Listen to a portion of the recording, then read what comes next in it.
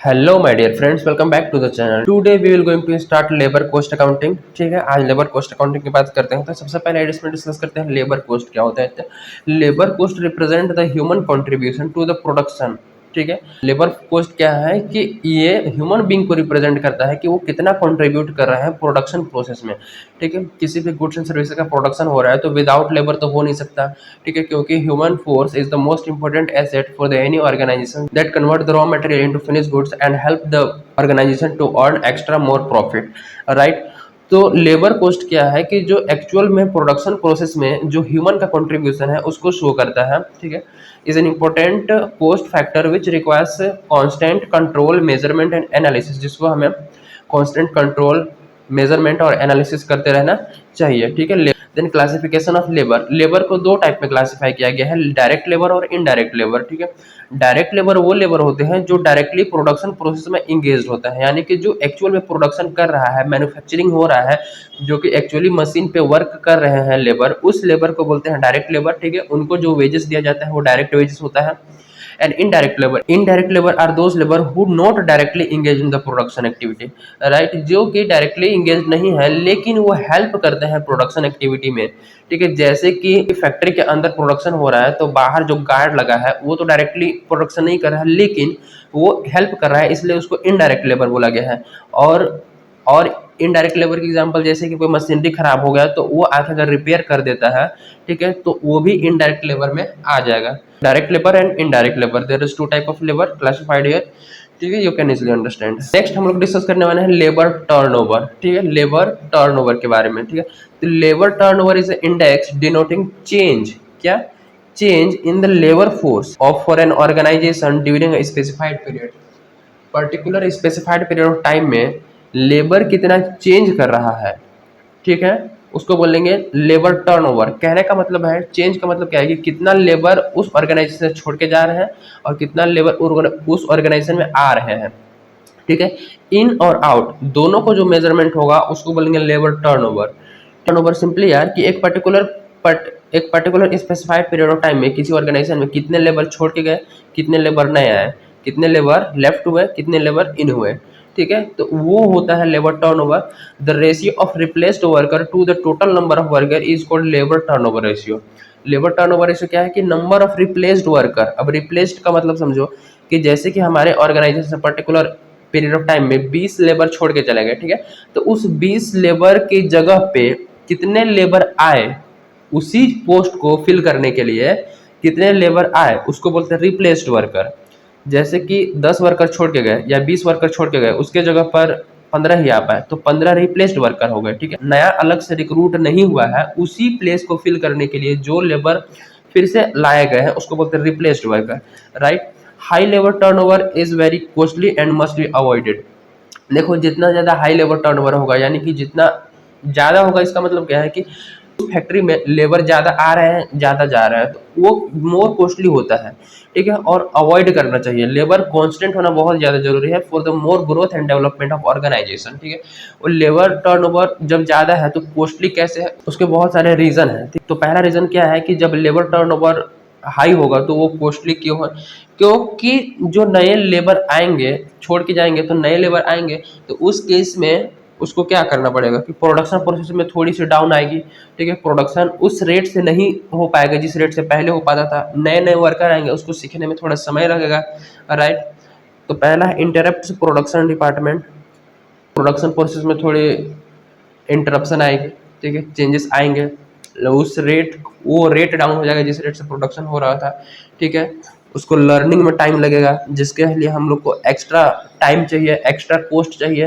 Machine जो है वो न्यूली वर्कर इफिशिएंटली हैंडल नहीं कर पाएगा। जब नया वर्कर अपॉइंट होगा तो मशीन को वो इजीली हैंडल नहीं कर पाएगा, उसको थोड़ी सी प्रॉब्लम आएगी जिसके चलते वो नुकसान कर सकता है। ठीक है, तो उस केस में हमें क्या कॉस्टली हो सकता है। सिलेक्शन में हमको टाइम देना पड़ेगा। ठीक है, उसको सिलेक्शन में रिक्रूटमेंट प्रोसेस में, ये सब में क्या कॉस्ट बहुत ज़्यादा इन्वॉल्व हो जाएगा। इस कारण लेबर टर्नओवर जो ज़्यादा हाई रहेगा वो उस डिपार्टमेंट में, उस ऑर्गेनाइजेशन में क्या होगा कि हमारा बहुत सारी प्रॉब्लम हो सकती है, वो कॉस्टली हो सकता है, ठीक है, क्योंकि प्रोडक्शन रुक सकता है, उसको लर्निंग में टाइम लग जाएगा, हमें रिक्रूटमेंट करने में, सिलेक्शन करने में समय लगेगा, कॉस्ट लगेगा, ठीक है, मशीन को अच्छे से ऑपरेट नहीं कर पाएगा, एक्सीडेंट करने के चांसेस हैं, ठीक है, वो अच्छे से प्रोडक्शन नहीं कर पाएगा, तो वो हमारे लिए क्या है, कॉस्टली ही तो है, कॉस्टली ही तो है।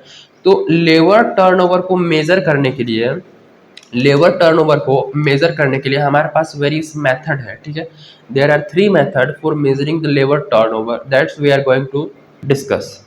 तो मेजरमेंट ऑफ लेबर टर्नओवर कि कितना लेबर आ रहे हैं, कितना जा रहे हैं, ठीक है, एक्चुअल में उसका रेट क्या है, उसको मेजर करने के वेरियस मेथड है। तो पहला है सेपरेशन मेथड, नाम से ही सजेस्ट कर रहा है सेपरेशन मेथड, कितने सेपरेट हो रहे हैं। तो इसमें लेबर टर्नओवर निकालने का फॉर्मूला क्या है कि number of worker left during a particular period, number of worker left during the particular period divided by average number of employees during the period, ठीक है। तो ये रहा बेसिक सा formula, number of worker left during a particular period या फिर number of employees छोड़ के कितने चले गए divide by average number of worker, ठीक है, या फिर एम्प्लॉइज, और परसेंटेज निकालना है तो इनटू 100, ठीक है। ये बेसिकली निकाल के दे देगा कि लेबर टर्नओवर कितना है अकॉर्डिंग टू सेपरेशन मेथड, ठीक है। और एवरेज नंबर कैसे निकलेगा, एवरेज नंबर ऑफ एम्प्लॉइज निकालने का फॉर्मूला बहुत ही सिंपल है, number of employees at the beginning plus number of employees at the end divide by 2, simple है, number of worker divide by 2, simple, we got the average number of worker, okay। So you have to, for finding average number, you have to apply this formula, number of worker beginning plus number of worker at end divide by 2, and separation method से कितने separate हो रहे हैं, कितने छोड़ के जा रहे हैं, divide by average number of worker और परसेंटेज निकालने के लिए into 100, ठीक है। बहुत ही सिंपल सा basic formula. Then second formula देखते हैं अकॉर्डिंग टू रिप्लेसमेंट मेथड, कौन सा method, according to replacement method. Then second method है replacement method, right. Replacement method में क्या होता है कि हम रिप्लेसमेंट को कंसीडर करते हैं, कितने छोड़ के गए उसको हमसे कोई मतलब नहीं है, कितने उस छोड़ के गए उसके जगह पर कितने आए, ठीक है, उसी पोस्ट को फिल करने के लिए उसको बोलते हैं रिप्लेसमेंट, तो हम उसमें रिप्लेसमेंट को कंसीडर करते हैं। सिंपल सा फॉर्मूला है कि number of replacement in the period, particular period में कितने नंबर ऑफ रिप्लेसमेंट हुए divided by average number of employees, average number of employees वही बिगिनिंग और एंड को जोड़ के 2 से डिवाइड कर देना, ठीक है, वो हमारा एवरेज आ जाएगा। और रिप्लेसमेंट का मतलब सिंपल समझो कि अगर पर्टिकुलर पीरियड में एक महीने में 20 वर्कर छोड़ के गया तो उस 20 के जगह पर उसी पोस्ट को फिल करने के लिए कितने नंबर ऑफ वर्कर आए, ठीक है, उसको बोलते हैं रिप्लेसमेंट। तो यहाँ पे हम रिप्लेसमेंट मेथड में रिप्लेसमेंट को कंसिडर करते हैं, number of replacement in the period divided by average into 100, simple सा है। एंड थर्ड है हमारा फ्लक्स मेथड। फ्लक्स मेथड को डुअल मेथड भी कहते हैं, या फिर ये जो है वो कॉम्बिनेशन है प्रीवियस टू मेथड, ये हमारा सेपरेशन मेथड और रिप्लेसमेंट मेथड तो दोनों मेथड को कंबाइन करके एक ही मेथड बना दो, फ्लक्स मेथड, ठीक है। तो इसमें क्या करना है कि नंबर ऑफ सेपरेशन कितने सेपरेट हो गए, फिर कितने रिप्लेसमेंट हुए उसको जोड़ दो, divide by average number of employees into 100, simple सी फॉर्मूला है, ठीक है। तो कोई भी मेथड से निकाल सकते हो इजिली, लेबर टर्नओवर रेशियो आ जाएगा, ठीक है। लेकिन जो institute of cost and management accounting London, ठीक है, वो रिकमेंड करता है कि रिप्लेसमेंट मेथड से आप निकालो। तो एक क्वेश्चन के थ्रू डिस्कस करते हैं कि इन तीनों मेथड को अप्लाई करके कैसे रेट निकालना जाएगा, ठीक है, किस टाइप से क्वेश्चन में इंफॉर्मेशन दी रहेगी, ठीक है। तो क्वेश्चन नंबर 1 को डिस्कस करते हैं।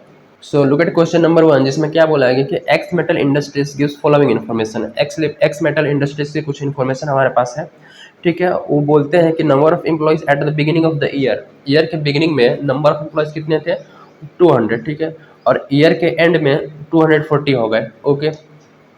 देन क्या बोला है कि नंबर ऑफ एम्प्लॉइज रिजाइंड यानी कि छोड़ के कितने चले गए, ये 20 वर्कर चले गए, ठीक है। और number of worker discharge, employees को क्या कर दिया गया, डिस्चार्ज किया गया, फैक्ट्री से निकाल दिया गया, कितना 5। और नंबर ऑफ वर्कर रिप्लेस्ड, जो छोड़ के गए या फिर जो निकाल दिया गया उनको उनके जगह पर कितने रिप्लेस किए गए, 18 रिप्लेस किए गए, ठीक है। कैलकुलेट लेबर टर्नओवर, तो बहुत ही सिंपल है। तो पहला क्या है, सेपरेशन मेथड से एक फॉर्मूला क्या था, नंबर ऑफ सेपरेट, ठीक है, नंबर ऑफ सेपरेटेड कितने हो गए, ठीक है, डिवाइडेड बाय एवरेज नंबर, ठीक है, इनटू 100, ये फॉर्मूला था सिंपल सा, ठीक है। तो इसमें देखो सेपरेटेड कितने हो गए, तो छोड़ के 20 चले गए और हमने निकाल दिया 5, तो टोटल 25 तो सेपरेट हुए ना, पर्टिकुलर ईयर में बिगिनिंग से लेकर एंड तक 25 सेपरेट हो गए, ठीक है। तो 25 तो सेपरेट हो गए, डिवाइडेड बाय एवरेज, देखो एवरेज कैसे निकलेगा, बिगिनिंग में कितना था 200 और एंड में कितना है 240, तो एवरेज निकालने के लिए क्या करना पड़ेगा, एवरेज निकालने के लिए बिगिनिंग प्लस एंड में डिवाइडेड बाय 2 कर दो, ठीक है। तो ये हो जाएगा 440 divide by 2 is equal to 220। तो एवरेज नंबर ऑफ वर्कर कितने आ गए 220। तो divide by 220 into 100। If you put this value in the calculator, look at here, 25 divide by 220 into 100, it gives 11.36 percentage, right? 11.36%। तो लेबर टर्नओवर यहाँ पे कितना आ गया according to separation method 11.36 percentage. Okay, replacement method के according अगर discuss करें कि लेबर टर्नओवर क्या होगा, तो सिंपल से फॉर्मूला था नंबर ऑफ रिप्लेसमेंट। अरे बहुत इजी है यार, नंबर ऑफ रिप्लेसमेंट्स, ठीक है, डिवाइडेड बाय एवरेज कितना था एवरेज वर्कर इनटू 100, ठीक है। फॉर्मूला का पूरा लिखना। तो नंबर ऑफ रिप्लेसमेंट क्वेश्चन में अगर ध्यान से देखोगे तो नंबर ऑफ रिप्लेसमेंट कितने हैं 18 डायरेक्टली दिया हुआ है, ठीक है।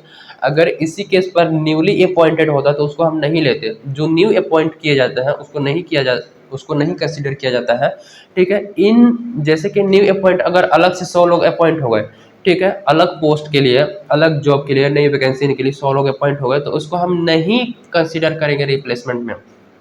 जो छोड़ के गए उसी के जगह पर जितने उसी पोस्ट को फिल करने के लिए जितने वर्कर को अपॉइंट किया गया उसको बोलते हैं रिप्लेसमेंट। ओके, तो इसमें रिप्लेसमेंट का वैल्यू 18 दे रखा है, तो 18 और एवरेज हमने निकाला था 220 into 100। If you put this value in the calculator, look at here, 18 divided by how many 220 into 100, we get 8.18. What? 8.18 percentage, right? Then according to flux method, if we calculate both combination of replacement and separation, so look at here, इसमें separation भी आता है plus replacement भी आता है, divide by average into कितना 100, ठीक है। फॉर्मूला का पूरा लिखना। सेपरेशन नंबर कितना था, look at here, separation number कितना था हमारा 20 और प्लस 5, यानी कि 25 total number of separated. So 25 plus 18 क्या वो रिप्लेसमेंट हुए थे, तो 18 डिवाइडेड बाय एवरेज यानी कि 220 एंड 200, ठीक है। So if we put calculator, look at here, 18 plus 25 plus 18, ठीक है, divided by 220 into 100, we get 19.54%, right? 19.54 percentage. So this figure is coming here flux method से 19.54 वो कंबाइन कर देता है दोनों रेट को, ठीक है। इट इज अ हाई, देखो 19.54 अगर डिस्कस करें तो काफ़ी हाई लेबर टर्नओवर है, ठीक है। और मैनेजमेंट को क्या करना चाहिए, प्रॉपर चेक करना चाहिए और ये इतना लेबर टर्नओवर को अवॉइड करना चाहिए। ओके, लेबर को बेटर सर्विसेज प्रोवाइड करनी चाहिए, ठीक है, बेटर कंडीशंस देनी चाहिए ताकि वो लोग छोड़ के ना जाए, ठीक है। तो ध्यान से देखोगे तो 25 सेपरेशन में से 18 ही रिप्लेस्ड हुए हैं, ठीक है। तो बाकी न्यू, देखो ध्यान से, तो बाकी न्यू अपॉइंट हुए, कहने का मतलब है 220 एंड में था, ठीक है, जिसमें से 25 तो क्या चले गए, 25 तो आउट हो गए, ठीक है, सेपरेट हो गए, तो बचे कितने, लुक एट हियर, अगर 220 में से 25 सेपरेट हो गए यानी कि 195 बचे, 195 में से 18 ही रिप्लेस्ड हुए ना, तो 18 तो नए आ गए, ठीक है, प्लस कर लेंगे 18, तो ये हो जाएगा कितना 213 होने चाहिए थे, लेकिन है कितने 240 है ना, 213 होने चाहिए थे लेकिन है 240, ठीक है। तो अगर इसमें से होने चाहिए थे लेकिन है 240, ठीक है, तो 240 है माइनस कर देंगे 213, तो 27 न्यू रिक्रूट्स होंगे, 27 न्यू रिक्रूट्स हुए होंगे ना। तो इस टाइप से बेसिकली तो न्यू रिक्रूट्स को हमें नहीं लेना है, बस जो रिप्लेसमेंट और ये सेपरेशन हुआ है उसी के हिसाब से हमें कैलकुलेट करनी है। ओके, सो ये रहा सिंपल सा concept related to labour turnover, ठीक है। सो मिलते हैं in the next video with another concept method of wage payment. Till then keep learning, thank you.